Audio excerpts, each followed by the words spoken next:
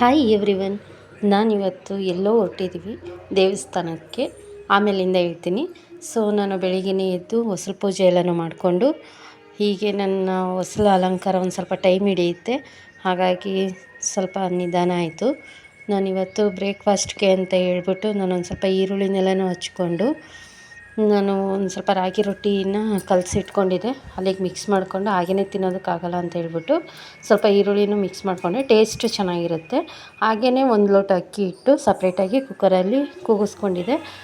ಜೊತೆಗೆ ನಾನು ಚಟ್ನಿ ಮಾಡಿಕೊಂಡು ತಿನ್ನೋಣ ಅಂತ ಇವತ್ತು ಡಿಸೈಡ್ ಮಾಡಿ ಚಟ್ನಿ ರುಬ್ಕೊಂಡೆ. ಮತ್ತು ನಮ್ಮ ಭಾವನ ಮಗ ಬಂದಿದ್ದ, ಅವನಿಗೆ ಒಂದು ಸ್ವಲ್ಪ ಜ್ಯೂಸ್ ಕೊಟ್ಟು ಹಾಗೆಯೇ ನಾನು ಮತ್ತು ನಮ್ಮ ಮನೆಯವರು ಇಬ್ಬರೂ ಹೊರಡೋ ತನಕ ಟೈಮ್ ಆಗಿತ್ತು. ಅದೇ ಗಡಿಬಿಡಿಲಿ ಹೋದ್ವಿ.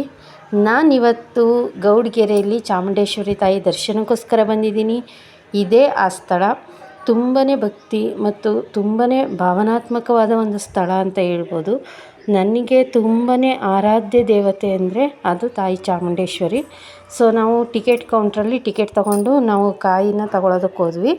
ಸೊ ಇಲ್ಲಿ ಈ ಥರ ಇರುತ್ತೆ ನೋಡಿ, ಈ ಥರ ಪ್ಯಾಕ್ ಮಾಡ್ತಾಯಿದ್ರು. ನಾವಲ್ಲಿ 50 ರೂಪಾಯಿ ಕೊಟ್ಟು ನಾವು ಟಿಕೆಟ್ ತೊಗೊಂಡಿದ್ವಿ. ಹಾಗೆಯೇ ಎಲ್ಲ ದರ್ಶನ ಮುಗಿತು, ಊಟಕ್ಕೆ ಬಂದ್ವಿ.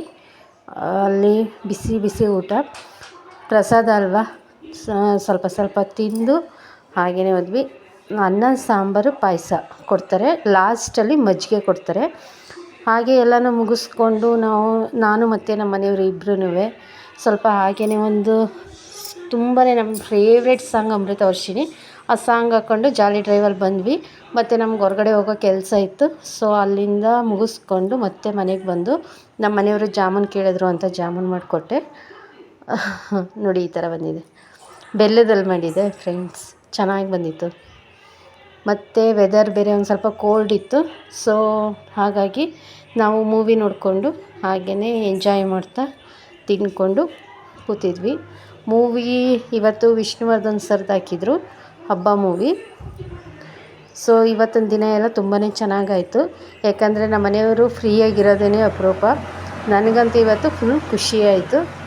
ತುಂಬಾ ಥ್ಯಾಂಕ್ಸ್ ನಮ್ಮ ಮನೆಯವ್ರಿಗೆ ಇಷ್ಟೆಲ್ಲನೂ ಖುಷಿ ಕೊಟ್ಟಿದ್ದಕ್ಕೆ.